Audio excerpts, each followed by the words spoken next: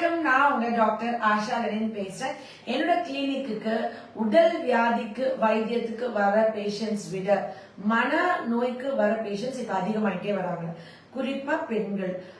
அதுல வந்துட்டு ஒரு ஒரு 30-35 வயசுல உள்ள ஒரு பெண் வந்து அப்பா, அம்மா, அண்ணா, ஒரு ஃபேமிலியா வராங்க அவங்கள கூட்டிட்டு. அதுல அவங்க என்ன சொல்றாங்கன்னா, நான் வந்துட்டு சின்ன வயசுலயே ரொம்ப குட் கேர்லா வளர்ந்தேன். நான் வந்துட்டு அடுத்தவங்களுக்கு எதுவுமே டிஸ்டர்ப் பண்றதில்ல, நான் பொய் சொல்றதில்ல, நான் ஏமாத்துறதில்ல, நான் ரொம்ப நேர்மையா இருக்கேன். ஆனா என்னால வந்துட்டு என்னை யாராவது சின்னதா ஹார்ட் பண்ணா கூட தாங்கிக்க முடியல. சின்ன வயசுல இருந்தே அதை வந்து நான் மனசுக்குள்ளேயே ஒரு டிசிப்ளினா வச்சுட்டு வந்தேன். இப்ப வந்து எனக்கு என்னன்னா, அவங்க என்னை திட்டாங்க, அவங்க என்ன ஸ்டேட்டஸ் வச்சிருக்காங்க அப்படின்னு நான் போய் பாக்குறேன். என்ன சொன்னீங்க? கரெக்டா மெசேஜஸ், அவங்க என்னென்ன மெசேஜஸ் வச்சிருக்காங்கன்னு போய் பாக்குறேன். அந்த மெசேஜஸ்ல ஏதாவது சொல்லினா என்னதான் அவங்க இன்டைரக்டா திட்டிருக்காங்கன்னு நினைச்சு நான் ரொம்ப ஃபீல் பண்ண ஆரம்பிச்சேன். அப்ப இவங்க பிரதர்லாம் சொல்லியிருக்காங்க, நீ பாக்காத, உங்களுக்கு சண்டை ஆகி போச்சு, அவங்க என்னத்தையோ பேசிட்டு போறாங்க, நீ போய் அதை பார்க்காதனா இவங்களால இருக்க முடியலையா. இவங்க ஒரு நாள் 1.5 நாள் கண்ட்ரோல் பண்றாங்க, 2வது நாள் போய் அவ என்னை பத்தி என்ன நினைக்கிறா, என்ன என்ன திட்டி வச்சிருக்கா, என்ன மனநிலைமையில இருக்கா அப்படின்னு போய் ஒரு நிமிஷம் எட்டி பார்த்துட்டு வந்துட்டு, அச்சோ அவ என்னை இப்படிலாம் சொல்லியிருக்கா, நான் அப்படியா, நான் அப்படிப்பட்டவளா, என்னையே இப்படிலாம் சொன்னாங்க, என்னை நான் என்ன பண்ணேன், நான் இவ்வளவு ஒழுங்கா தானே இருந்தேன், நான் இதெல்லாம் பண்ணேன் அப்படின்னு ரொம்ப ஃபீல் பண்ணிட்டு திருப்பி அந்த மென்டல் ஸ்ட்ரெஸ்க்கு ஒரு கவுன்சிலிங் போய் டாக்டரை பார்த்து டெய்லி நான் இதை நிறைய ஃபேஸ் பண்றேன். எனக்கு என்னன்னா, அவ்வளவு வீக்கா ஒரு பெண்ணோட மனநிலைமை இருந்தா எப்படி, அதாவது நம்மளை சுத்தி இருக்கவங்க தான் என்னோட மூட இன்னைக்கு டிசைட் பண்றாங்க அப்படின்னு இருக்கிறவங்களோட லைஃப் ரொம்ப பரிதாபத்துக்குரிய நிலைமையா இருக்கும். அதாவது நான் வந்து இந்த நிறைய சீரியல் பாக்குறாங்கல்ல, அந்த சீரியல் பாக்குறவங்கள அந்த லவ் பண்ணி ஹாப்பியா இருக்காங்க, அந்த ஹீரோயினா அவங்களா கற்பனை பண்ணிக்கிறாங்க, இமேஜின் பண்ணிக்கிறாங்க. அவங்க ஹாப்பியா இருந்தாங்கன்னா அந்த டே ஃபுல்லா ஹாப்பியா இருக்காங்க. அன்னைக்கு அந்த சீரியல் பார்க்கும்போது ஒரு நாத்தனாரோ ஒரு யாரோ ஒருத்தவங்க அந்த ஹீரோயின் ஏதாவது தாக்கிட்டாங்கன்னா அவங்க ஆல்மோஸ்ட் அப்படியே அஃபெக்ட் ஆகியே வராங்க. எப்படி சொல்றதுன்னா, அந்த அஃபெக்ட் ஆகி வர்றது எவ்வளவு தூரத்துக்குன்னா, என்னோட பாப்பா ஸ்டாஃப் தான் எனக்கு பண்ணி காமிக்க சொல்லிடுறேன். தரங்க அந்த அஃபெக்ட் ஆகி அவசரமா ஓடி போய் பாப்பாக்க குடிக்கிற வீடியோ போட்டுட்டு இருக்கோம்னு சொல்லி பாப்பா வந்து பண்ணி காமிக்க சொல்றாங்க. போய் கூட்டிட்டு வான்னு சொன்னா எங்க போற? ஆக்சுவலி எங்க வீட்டுல இருக்கிற ஒரு பாட்டி இருக்காங்க, எங்களோட சமையல் பண்ற பாட்டி, எங்க சென்னை வீட்டுக்கு என் பையனுக்கு சமைக்க ஒரு பாட்டி இருக்காங்க. அந்த பாட்டி டிவி முன்னாடி நின்று எப்படி பேசுவாங்க, இப்ப பாப்பா ஸ்டாஃப் வந்தோடனே நான் பேசி காமிக்க சொல்றேன். நீங்க பாருங்க, இதுதான் பாதி பெண்களோட கிராமத்துல படிக்காம உலகத்துக்கு வெளியே வராம வீட்டுக்குள்ள ஹவுஸ் ஒய்ஃபா இருக்கிற பெண்களோட மனநிலைமையா இருக்கு. இந்த சீரியல் பாக்குற பெண்கள் அப்படியே எப்படி இருக்காங்க, எப்படி அவங்க அதை உள்வாங்கி அவங்க அதுவாவே ஆகுறாங்க. கிட்டத்தட்ட சந்திரமுகி மாதிரி ஒவ்வொரு ஃபீமேல்ஸும் நிறைய சீரியல் பார்த்தா வீட்டுக்குள்ள லேடிஸே அந்த மாமியார் மருமகளை பண்றது, நாத்தனார் பண்றது, அதெல்லாம் ரொம்ப அதிகமாயிட்டு வருது போல. இது ஒரு பக்கம், இது தனியா எடுத்து வச்சிருவோம். இந்த மாதிரி சீரியல் பார்த்துட்டு இருக்கிற உங்க வீட்டுல உங்க அம்மாவோ மனைவியோ இருந்தாங்கன்னா அதுக்குள்ள அவங்க போய் ஐக்கியமாகாம நீங்க காப்பாற்றணும். எப்படி போன் டிவி பாக்குற குழந்தைங்க ஆட்டிசம் ஆகுறாங்களோ அதே மாதிரி இந்த சீரியல் பார்த்துட்டு ஜன்னல் வழியா எட்டி பார்த்து அந்த வீட்டுல இருக்கவே எனக்கு செய்வனை பண்ணி வச்சுட்டான், இந்த வீட்டுல இருக்கவே எனக்கு கெடுதல் நினைக்கிறான், அவன் என்னை திட்டிக்கிட்டே இருக்கான், அந்த 4வது தெருவில் இருக்கவன் தான் வந்துட்டு பாப்பா ஸ்டாஃப் வந்துட்டாங்க, சீக்கிரம் பாப்பா, அந்த 4வது தெருவில் இருக்கவே வந்து என்னை பத்தி தப்பா பேசுறான் அப்படின்னு சொல்ல ஆரம்பிக்கிற இந்த பக்கமா மனநிலைமை தாண்டி அவங்க வந்துட்டு அதுக்கப்புறம் அது ரொம்ப ஐக்கியமாயிடுறாங்க. இப்போ அந்த டிவி பார்த்து அந்த சீரியல் பார்த்து அத கூட இன்ட்ராக்ட் பண்ண, அதாவது அது டிவிக்கு உயிர் இல்ல, அது வந்து ஒரு சீரியல், அதுல இருக்கிறது வந்துட்டு நம்ம கிடையாது, அது அவங்க நம்மளோட பேசுற அதெல்லாம் புரியாம ஒரு நம்ம பாட்டிக்கு ஒரு 60 வயசு இருக்குமா, ஒரு 60 வயசு அந்த பாட்டி வந்து டிவியோட அவங்க இன்டராக்ட் பண்ணி, நீங்க பாப்பா நினைச்சுக்காமி அந்த பாப்பா காமிக்கா, பாப்பா தெரியுதா, நீ சிரிக்க அது பார்க்கணும் சிரிக்க. உன்னோட எங்க பாப்பா வந்து பயங்கரமான ஒரு ஆக்டருங்க.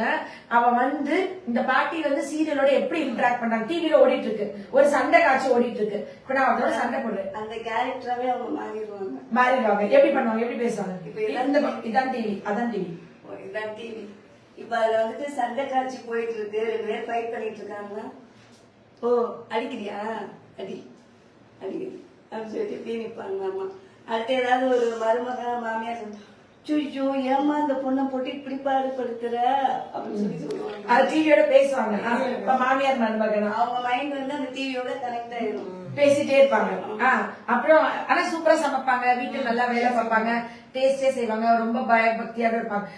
இப்ப அந்த சீரியல்ல வந்துட்டு அந்த பொண்ணுக்கு பதிலா இவங்க அவளோட சண்டை போடுவாங்கல்ல, அது இப்படி சொல்ல வந்தேன்னு வச்சுக்க அவ்வளவுதான் அப்படின்ட்டு இவங்களாவே அந்த அவங்க கேக்குற கொஸ்டினுக்கு இங்க இருந்து ரியாக்ஷனா பதில் சொல்லிட்டு இருப்பாங்க. அந்த டிவி கிட்ட போய் பேசி காமிங்க, ஜஸ்ட் பீப்புள்ஸ்க்கு ஒரு என்டர்டைன்மெண்ட் தானே. இதெல்லாம் சீரியல் பரிதாபங்கள் நாளைக்கு வரலாம், தெரியாது. ஆப்போசிட்ல இருக்கிறவங்க ஏதாவது கேள்வி கேட்டா அந்த மாதிரி சொல்லுவாங்க. இல்லடா இப்படி நீ எவ்வளவு பெரிய ஆக்டர், எங்க பாரு இப்ப அந்த போனுக்குள்ள இருக்கவங்க உன்னை வந்துட்டு இப்ப சண்டை போட்டுட்டு இருக்காங்க, நீ அவங்களோட திருப்பி எப்படி அந்த பாட்டி பேசலாம்னு பேசுங்க. எமோஷனலா போய் குத்தி சண்டை போட்டு அப்படின்னு கத்திட்டு இருப்பாங்க. நிஜமாவே வீட்டுல நடக்கும் அது. சரி, அதாவது நான் கிளினிக் வந்துருவேன், பாட்டி உள்ள சமைச்சிட்டு இருப்பாங்க. அதுல வந்து அந்த பாட்டி வந்து அந்த டிவியோட பேசிட்டு இரு அடுப்புல ஒலை வச்சிட்டு இருக்கேன், நான் போய் இப்ப கிண்டி விட்டு நான் வறுத்துட்டு வர்றதுக்குள்ள நீ இந்த பிரச்சனையை முடிச்சு நீ அவளோட சேர்ந்த, நான் உன்னை விட்டேன், பொண்டாட்டின்னு பார்க்காம இன்னொரு சந்தேகப்பட்ட, நான் உன்னை முடிச்சிட்டேன். சீரியமே அவங்களுக்கு தெரியாது. என்னம்மா அதுக்குள்ள போயிட்டாங்க அவங்க சொல்ல அதுக்குள்ள போயிட்டு மேல சூரியன் வந்து வந்தா சன் டிவி, நீ எனக்கு சன் டிவி போடுமா பாட்டி, சன் டிவி கனெக்ஷன்லாம் நாங்க வச்சிருந்த பாட்டி அப்படின்னா நாங்க யூடியூப்ல ஏதாவது காமெடி பார்த்துட்டு இருக்கோம்ல, இதுக்கு மேல வருது இது சன் டிவி தானே, இது போடுவேன், நீ எனக்கு போட மாட்டேன். அப்போ நான் அவனோட பேசுறது உனக்கு பிடிக்கல, ஆவா பாட்டி நீ அவனோட பேசுறது பிடிக்கல. அதாவது ரொம்ப சீரியஸா இருப்பாங்க. அவங்க கிட்ட சொல்ல நான் இப்ப அதை வறுத்துட்டு வந்துட்டு இப்படி நின்னுக்குவாங்க, இடுப்புல கை வச்சுட்டு என்ன பண்ற டிவியோட பேசுவாங்க. இந்த மாதிரி இந்த பாட்டி கிடையாது, 60 வயசுக்கு மேல அவ்வளவு பேர் ட்ரீட்மெண்ட்டுக்கு வராங்க. இவங்களாவது கொஞ்சம் ஜாலி, இவங்க வந்து படிக்கல, கிராமம் பக்கா கிராமம். இவங்களுக்கு இது அந்த குட்டி வயசுல எல்லாம் ஒரு பையன் வந்து சோட்டா பீம் மாதிரி முடி வச்சுட்டு பேக் எடுத்து டோலக்பூர் போறேன்னு கிளம்பிட்டான். பேரண்ட்ஸ் எவ்வளவு சொல்லியும் புரிய வைக்க முடியல. என்கிட்ட கிளினிக் கூட்டிட்டு வந்தாங்க. நான் சொன்னேன் டோலக்பூர்னு ஒரு ஊர் இல்லப்பா, அப்பெல்லாம் இருக்கு, டோலக்பூர் இருக்கு, அங்க நான் போறேன், சுக்கி இருக்கு, அங்க இல்லன்னு சொன்னா எனக்கு அவன் கையில குச்சி வச்சிருக்கான், உன்னை குத்திடுவேன், உன்னை அடிச்சிருவேங்க.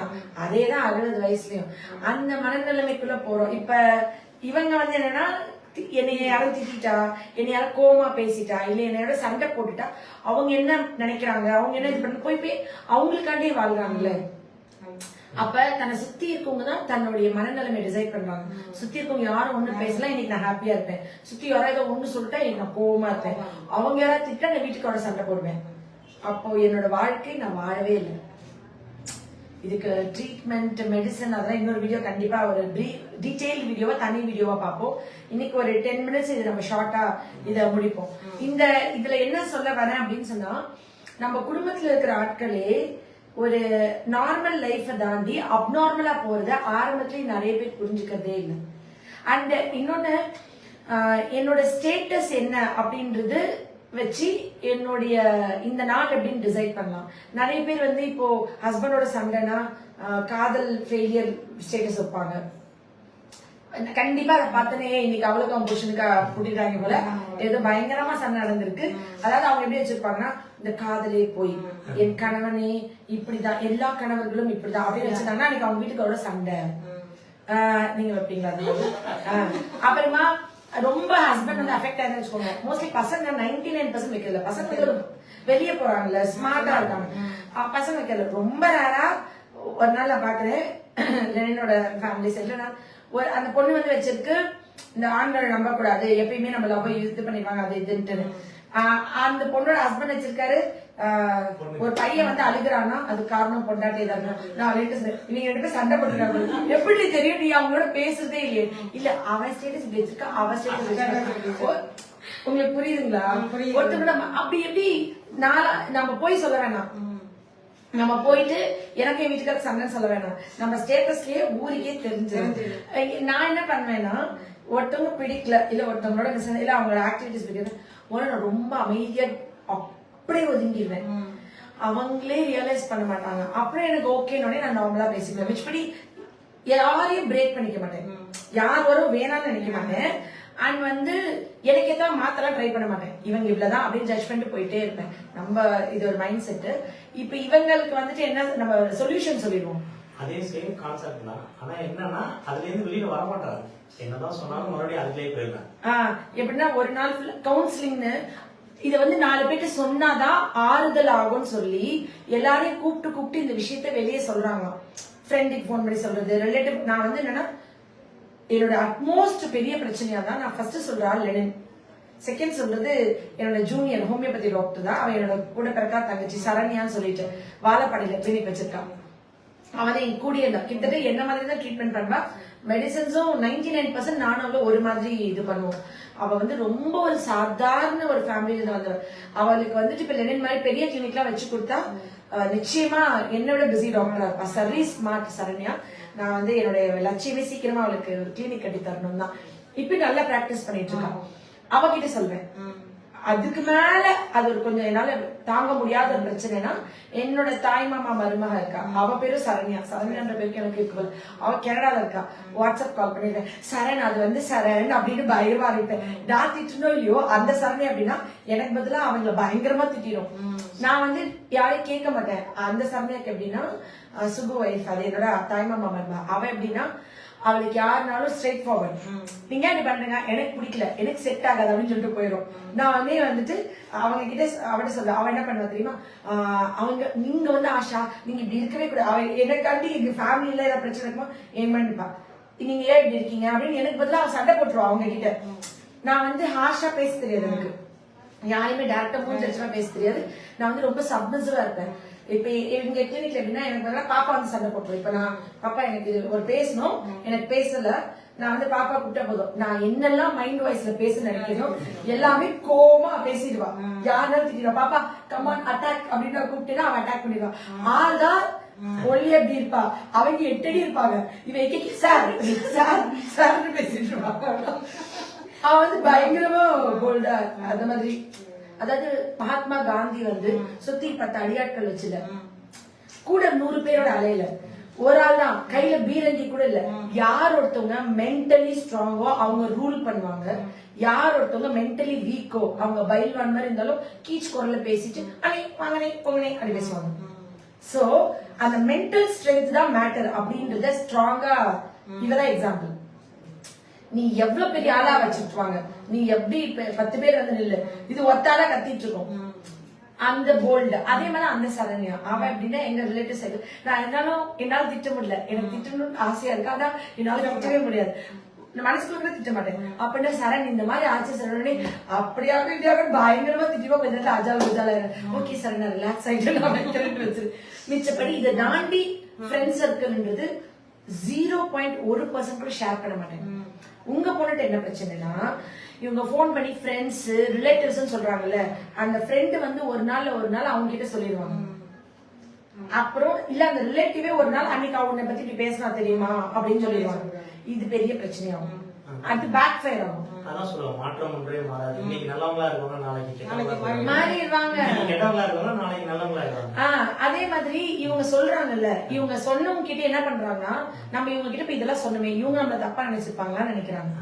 சொன்னவங்க கிட்ட இவங்க நம்ம கரெக்டா புரிய வச்சுட்டோமா, நம்ம தான் நியாயாதிபதி, நம்ம தர்மத்தின்படி இருக்கோம், நம்ம கரெக்டா இருக்கோம், நம்ம புரிய வச்சுட்டோமா, புரிஞ்சுட்டேன். உங்களுக்கு வெளியே சொன்னா ஆறுதலா இருக்குன்னா அதான் ஃபர்ஸ்ட் தப்பு. சொல்லவே கூடாது. அப்படி ஆறுதல் வரவே வராது. சொல்ல சொல்ல சொல்ல கூடும், அக்ரவேட் ஆகும். சரி உங்களுக்கு வெளியே சொல்லிட்டா ஆறுதல் ஆயுதுன்னு நீங்க நினைக்கிறீங்கன்னா நீங்க வந்து சொன்னதுக்கு அப்புறம் அவங்க என்ன நினைச்சாலும் பிரச்சனை விடவாது தெரியணும். அதுவும் பண்ணலன்னா நீங்க ஐயோ பாவன்ற மாதிரி ஆயிரும். இந்த மென்டல் போராட்டத்தோட உங்க பிள்ளைக்கு சாப்பாடு ஊட்டவா, நீங்க குளிக்கவா, தூங்க கடைசி நீங்க பைத்தியமா இருங்க. ஆனா உங்களோட ஆப்போசிட் இருந்தாங்க. நான் தான் சொன்னல அன்னைக்கு அது பைத்தியம் போயிருவாங்க. ஆனா நீங்க இவ்வளவு ஃபீல் பண்ணி தான் இப்படி பைத்தியம் ஆனீங்கன்றது தெரியாது. எண்ட் ஆஃப் த டே உங்களோட லைஃப் வந்து ட்ராஜடியா. சரிங்களா? சோ நம்ம இதை பத்தி டீடைல்டா ஒவ்வொரு சின்ன சின்ன சிம்டம்ஸ், ஒவ்வொரு மனநிலைமைக்கு என்னென்ன மருந்து சாப்பிடலாம், எப்படி நம்ம கியூர் பண்ணிக்கலாம், எப்படி ஹோமியோபதியில என்னென்ன மெடிசன்ஸ் இருக்குன்றது ஒரு டீடைல் வீடியோ இன்னொரு தடவை பார்ப்போம். இன்னைக்கு எங்க பாப்பா பர்ஃபெக்டா என்டர்டெயின் பண்ணிருப்பான்னு நினைக்கிறேன். எப்படி ஜாலியா இருந்துச்சுல, சப்பா ஜாலியா இருக்கும். ஆக்சுவலி அன்னைக்கு ஒரு பேஷண்ட், ஒரு ஆட்டிசம் சைல்டு, ஸ்பெஷல் சைல்டு, அந்த குழந்தை வந்து என்ன பண்ணுச்சு, என் கன்சல்டேஷன் ரூம்ல வந்துட்டு இப்படி இப்படி இப்படி இப்படின்னு எனக்கு புரியவே இல்லை ஃபர்ஸ்ட். நான் வந்துட்டு நீ என்ன சேட்டை பண்ணுவேன் அப்படின்னு மிரட்டிட்டு இருந்தேன். என்னமோ அந்த ஜன்னல் வழியா இப்படி கூப்பிட்டு இப்படி பண்ணுச்சு. நான் என்னன்னு அவங்க அம்மாட்ட கேட்டுருக்கேன். அவங்க அம்மா சார் சந்திரமுகி பேயை பிடிச்சி உங்க மேல வெட்டிட்டு இருக்காங்க. எனக்கு பயங்கர சிரிப்பாயிடுச்சு. இப்படி சந்திரமுகி பேய மேல வச்சுட்டு இருக்கியா, நீ போய் லெனின் மாமாட்ட கேளுடா, நான் எவ்வளவு பெரிய பேயும் தெரியும்னு சொல்லிட்டு மல்லிகா இருந்தா, எனக்கு அவள் லீவ் ஆக்சுவலி. மல்லி இங்க பாருடி, இவன் வந்து என்னைய போய் சந்திரமுகி பேயிட்ட புடிச்சு தரான், போய் லெனின் சார்ட்ட கேக்குறது நான் எவ்வளவு பெரிய பேன்னு. மல்லிகா என்ன தெரியுமா சொன்னா, செம காமெடி கேரக்டர் மேம் அப்படின்னு சொல்லி கைத்தறி சிரிக்கிறேன். அட்லீஸ்ட் அவன் என்ன சொல்லிருக்கணும், மேம் நீங்க ஒரு ஏஞ்சல் மேம், இல்ல மேம் நீங்க சூப்பர் மேம். அவ எத்தனை நாள் மனசுல கொண்டு வச்சிருக்காலும் தெரியல. பாருங்க நான் வந்துட்டு ஏய் பாருடி என்ன போய் நான் சந்திரமுகி பேய்ங்கிறான், அன்னைக்கு வந்துட்டு லெனின் சார்ட்ட போய் கேளு நான் எவ்வளவு பெரிய பேய் தெரியும் நான் சொன்னேன் மல்லி அப்படின்னு. மேம் செம்ம காமெடி சூப்பர் மேம் கரெக்டா சொல்லிருக்கேன் மேம் கை தட்டுறேன். நான் அப்புறம் கொண்டாடி முடிச்சு இல்ல பாய் தள்ளி சொல்லிட்டேன் மேம் டாக்ஸிலே பாயிடுச்சு வந்து சமாளிக்கிறான். இவ ஒருத்தர் சொல்லிருக்கா தெரியல, வீடியோ பாத்துருக்கீங்களா? இவ என்ன ஒரு பேஷண்ட் வந்து மேம் எனக்கு ஒரு டிப்ஸ் சொல்லுங்க மேம், உங்களை மாதிரி குண்டா கொழுன்னு ஆகிறதுக்கு எனக்கு வந்து டிப்ஸ். நான் உயிரை கொடுத்து மெலியணும்னு ட்ரை பண்ணிட்டு இருக்கேன், தொப்பையை குறைக்கணும். நான் வந்து அவ்வளவு சாப்பாடு குறைச்சு டயட் காலையில ஏன்னா நீங்க இவ்வளவு பேரை உங்களுக்கு பிசிக்கல் ஆக்டிவிட்டிஸ் பண்ண முடியல, இவ்வளவு பேஷண்ட பாக்குறதுனால இப்போ மேடம் முன்னையோட முடியல, அவங்களாலையும் ஒரு பிசிக்கல் ஆக்டிவிட்டிஸ் பண்ண முடியல. காலையில சிறுதானி தோசை, மத்தியானம் கவுனி அரிசி, நைட்டு ஃப்ரூட்ஸ், இவ்வளவு டயட் இவ்வளவு ஃப்ரூட்ஸ் பண்ணிட்டு இருக்கேன். ஆனா நான் மெலியவே நானே துக்கம் தொண்டை அடிச்சுட்டு உட்காந்து சோகத்துல இருக்கேன். அவங்க வந்து மேம் உங்களை மாதிரி குண்டா கொழுன்னு ஆகிறதுக்கு எனக்கு டிப்ஸ் சொல்லுங்க மேம்னோடனே இவரை பெரிய மனுஷின்னு சொல்லிட்டு கூப்பிட்டு, பாப்பா எனக்கு எப்பயுமே இவதான் கூப்பிடுவேன் அடியா, பாப்பா பாரு பாப்பா என்ன போய் இவங்க நான் இவ்வளவு குண்டா ஆயிட்டேன்னு சொல்றாங்கன்னு யோசிச்சா, இப்பயே எங்க மேம் இவ்வளவு குண்டா இருக்கேன்னு சொல்றீங்களே, எங்க மேம் முன்னாடி எவ்வளவு கொழுன்னு இருந்தாங்க தெரியுமா, கண்ணம்லாம் அப்படி இருக்கும். இப்ப எங்க பாப்பா கொஞ்சம் கிறங்கிட்டாங்க, பாப்பா அவங்க வெறும் செல் கிடைச்சாங்க சாரியா போதும் பாப்பா நான் எப்பயும் வந்து நூடுல்ஸ் அவங்க குண்டா என்ன சொன்னாங்க, இப்பயும் முன்னாடி எவ்வளவு குண்டா இருந்தாங்க தெரியுமா, எனக்கு எவ்வளவு கஷ்டமா இருக்கும்.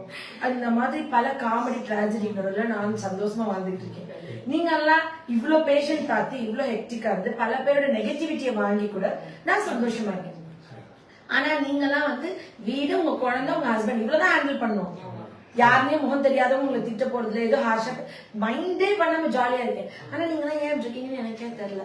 சரி இன்னைக்கு வந்து பல பேர் இதை பார்த்து இன்னையோட மனம் திரும்பி திருப்பியும் உங்களோட குழந்தைத்தனத்தை நீங்க கொண்டு வந்து ஹாப்பியா இருக்கணும்னு வேண்டிக்க.